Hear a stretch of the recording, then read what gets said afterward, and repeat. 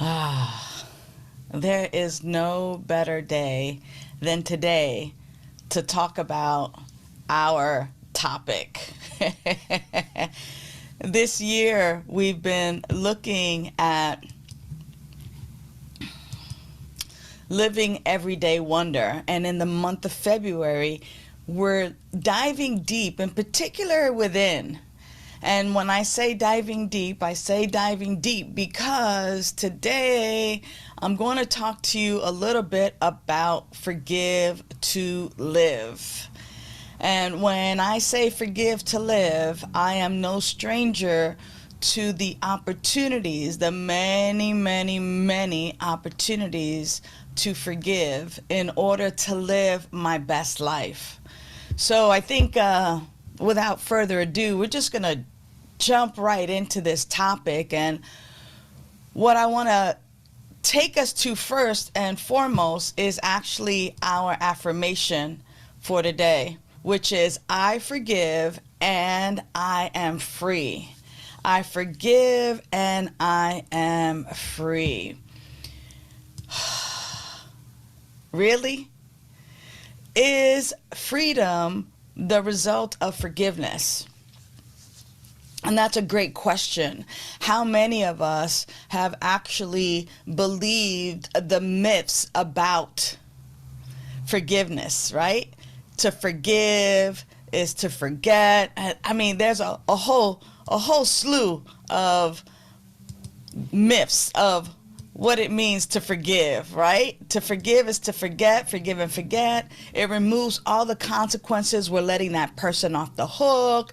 We're acting as if it didn't happen. It's a quick fix. It's a sign of weakness. If you forgive, you're weak. You're a chump.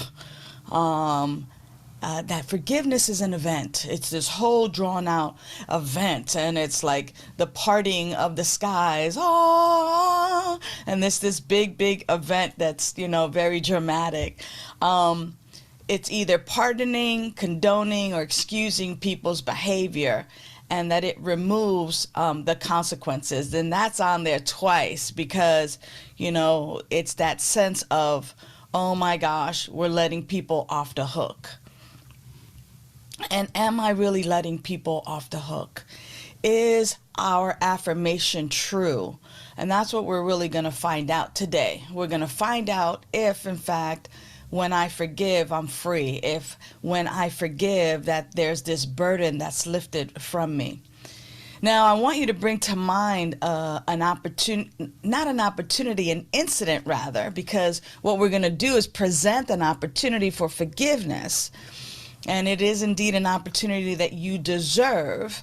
But I want you to think about an incident where you may have resentments, where you may be angry, where someone has insulted you, or someone has brought your name harm, or they've done something to you or said something about you where you are feeling angry and hurt and resentful, and that there's this opportunity that arises for self-forgiveness. You got that idea in your mind? Okay. So let's work with it. Some ideas and some incidences are actually much bigger than others because we say they are. Something in passing, or I don't really care about that person, so they don't really bug me, they don't really harm me. But of course, then a family member says something, and it's like, oh yeah, it's unforgivable. And you hear people talk about all the time, that their behavior is unforgivable, or I'll never forgive that person for what they did, or that doctor, or that lawyer, or that person, that police officer. And I've been around, I had the great opportunity to meet a man who practiced like what I call like the ultimate forgiveness. And, I got a chance to spend time with Azim Kamisa. And he's a local of San Diego County whose son was killed in a gang initiation while his son was delivering a pizza. And,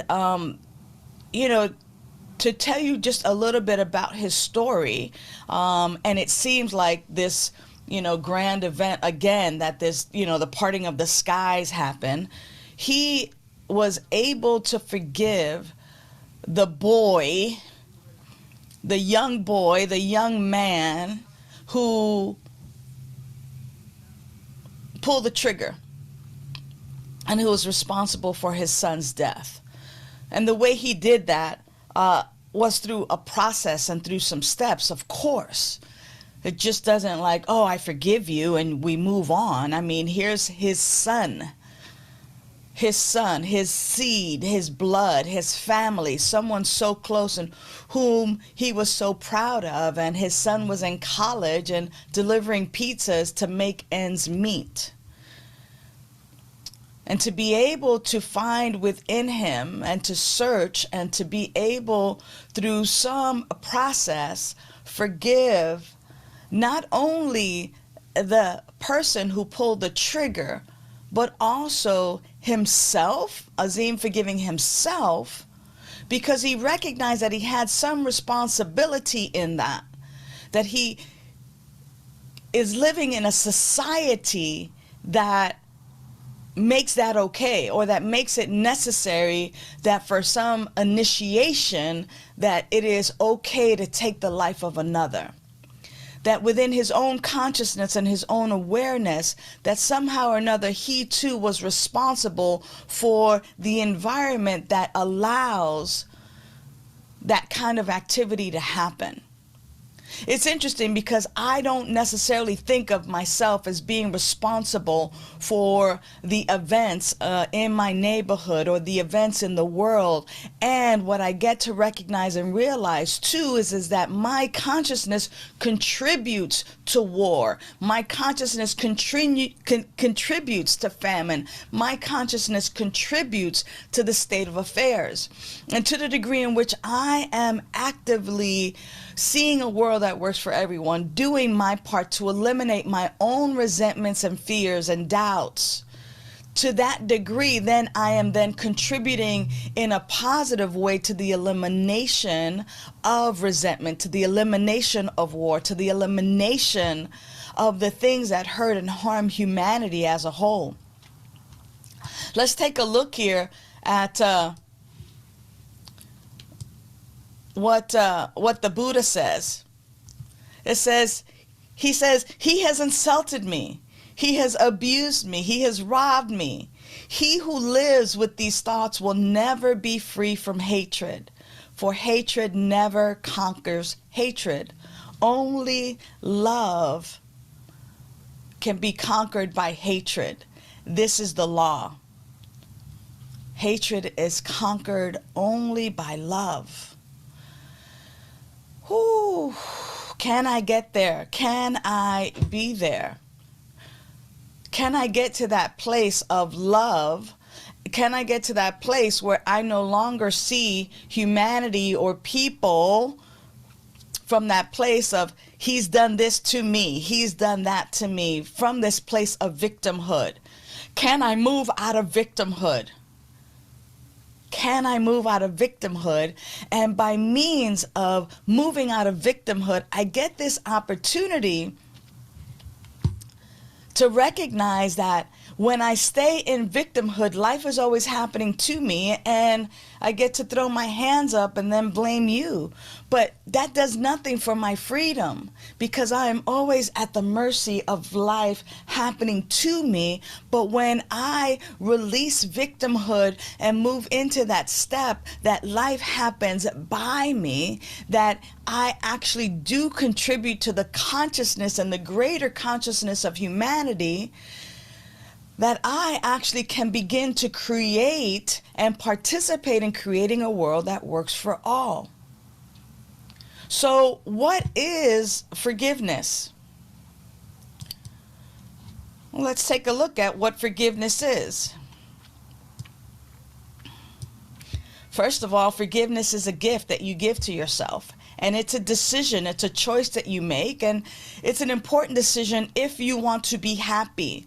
Do you want to stay stuck in the resentment and the anger and the fear and the pain? Do you want to stay stuck in the past? Because forgiveness is really about the past. Forgiveness happens in the present moment, but what we're doing is we are actually releasing the past and not allowing the past, which by the way does not even exist, to rule my current circumstances and situations. By choosing to let go of the past and move forward, I can have a brighter future. And it is taking the negative emotions and turning them into something positive. It's breaking the cycle of hatred and resentment and fear and anger. It's transforming and fostering more positive emotions. And it's a practice that doesn't take a lifetime, but that benefits us in the long haul. Check out what Catherine Ponder says. She says, when you hold resentment towards another, you are bound to that person or condition by an emotional link that is stronger than steel. Forgiveness is the only way to dissolve that link and get free. Oh, Catherine. You know, it's interesting because, immediately when I saw that quote, I thought to myself, when two people have a child together, they're bound to each other for a lifetime, because of that child. It's the same with resentments. How many people are you linked to? How many people am I linked to because I have a resentment? And then that resentment, as my beloved Reverend Carol Huntley says, that resentment, when I have that resentment, I know when the resentment is gone, when that person has safe passage through my mind. When I can think about that person and it's not like, ooh, and I don't have that feeling within my body temple. Now, it's interesting because when Catherine Ponder talks about the emotional link, that emotional link is stronger than steel, she calls it. And that we're linked to that person, place, thing, condition, because we are now emotionally connected. And there is a way to dissolve that link. That dissolving of that link is forgiveness. Why would I want to have someone living in my mind rent-free? If I'm going to think about something, don't I want to begin to think about love and joy and peace and happiness and creating my own freedom? So let's get right to how that begins to happen. And of course, the first thing out of my face is going to be that we get to that place of forgiveness through spiritual practice. But I even want to get a little more rudimentary and really get a little more basic and really give some practical application to how this gets done. First of all, we have to admit that we were hurt. We have to admit that someone did us wrong. We have to acknowledge that and not, oh, it's okay, or I'm too big for that. In the inside, you're steaming. We have to first recognize and acknowledge that we are hurt, that we are harmed, that we feel some type of way about what has gone down, what has transpired. We get to acknowledge the wrongdoing. This person did me wrong. And we get to feel those feelings. No one's asking you to act as if it doesn't hurt or if you're not affected or impacted by it. One of the things to recognize is how it feels in your body. Recognizing maybe some energy in your tummy, or that your hands are sweating, or that your face is turning red, or that you feel hot, or that, you feel your heart increase in its pace. And you get to feel that, and you get to acknowledge, and you get to say, I'm angry. Oh, I don't like when this happens. There's nothing wrong with expressing the anger and getting it from out of you there, to bringing it forward and to really acknowledging and expressing, I don't like this. I don't like when you do that. I'm angry. I'm hurt. This hurts. And it doesn't matter who you say it to. What matters is that you get it out from you and that you acknowledge that it has happened, that it is there. it does you no good to try to bottle it up and keep it as if this is not the time to have a poker face. You're not at the poker table. You can let them see you sweat. It's not a big deal because it's not a game. Your life is not a game. You don't have to pretend as if you're not hurt or harmed or as if someone didn't do you wrong. You get to express it. You get to say it. You get to acknowledge it.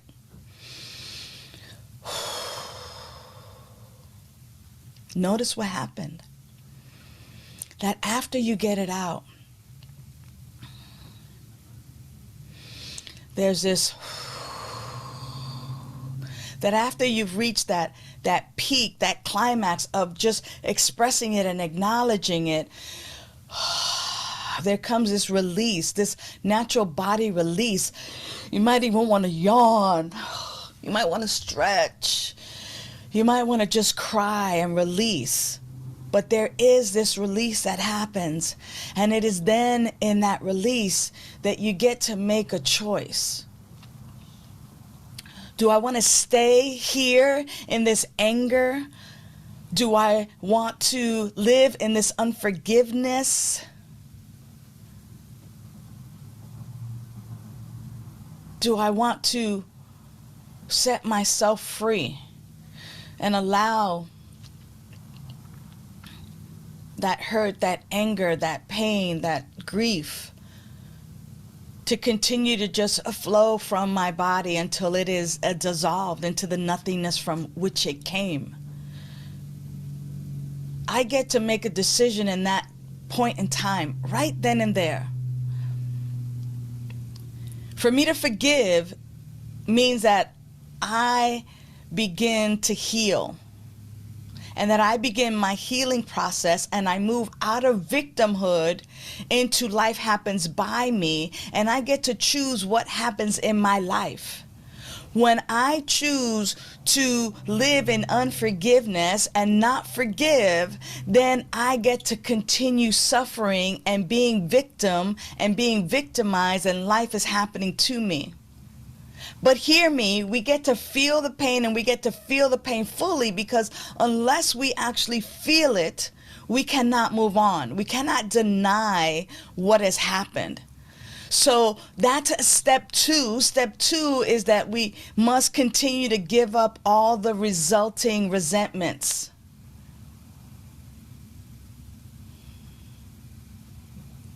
We may, in fact, use our spiritual mind treatment to see the other person as divine, infinite intelligence sees that divine person.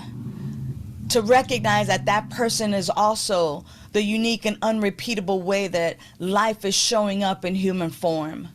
We might use our meditation to recognize our oneness, that life, that power, that presence that is animating that person is the same power and presence that is animating me.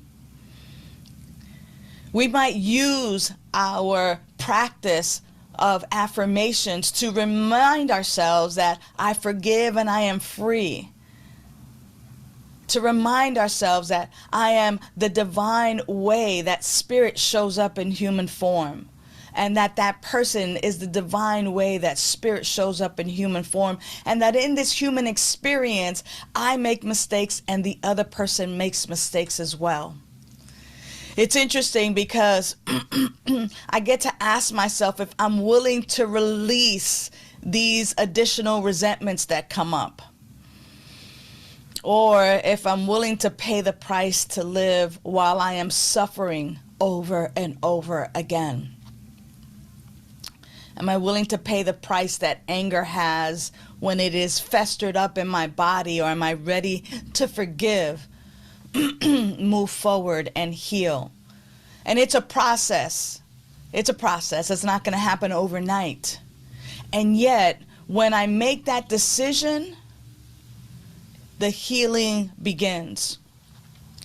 You know, and lastly, if this person is in your life, if there's someone who's important to you, you may want to set up a completion or a forgiveness appointment and get complete with that person. The other option is to write a letter. And on that envelope, right? I forgive you. I set you free. I set myself free. And then burn it or bury it, but don't send it. But forgive. Have that be a ritual, a part of your life, that you have this opportunity to take charge of your own life instead of letting some resentment run and ruin your living and your joy. You're the only one who can have your joy taken from you.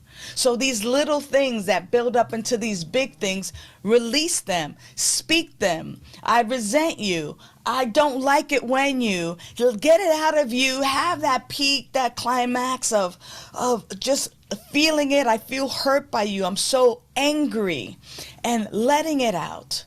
Acknowledging the pain, making the decision to forgive, because forgiveness is about my own healing. It's about my own moving forward. I'm the one in charge of my life, not my resentment, not my anger, not my unforgiveness. I'm not giving my unforgiveness the opportunity to run my life, because it will be deadly.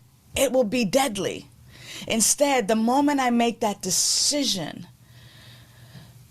I'm going to choose forgiveness. I'm going to still feel it.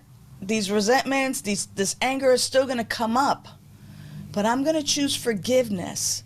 I can watch how my life begins to grow and unfold.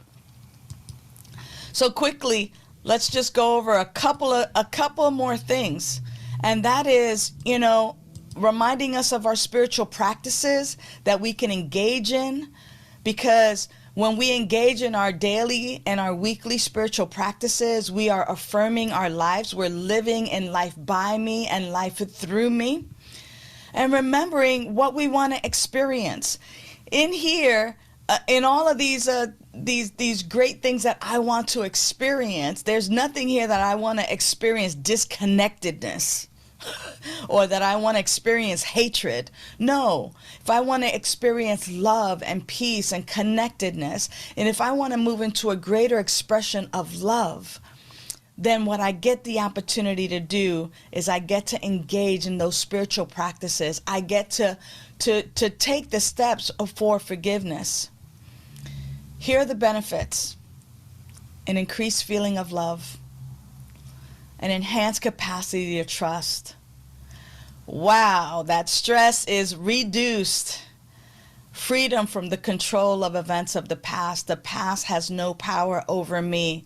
My health, my physical health is improved because that stress level is gone. And because now I have exercised this tool of forgiveness, I have decreased anger and decreased hostility.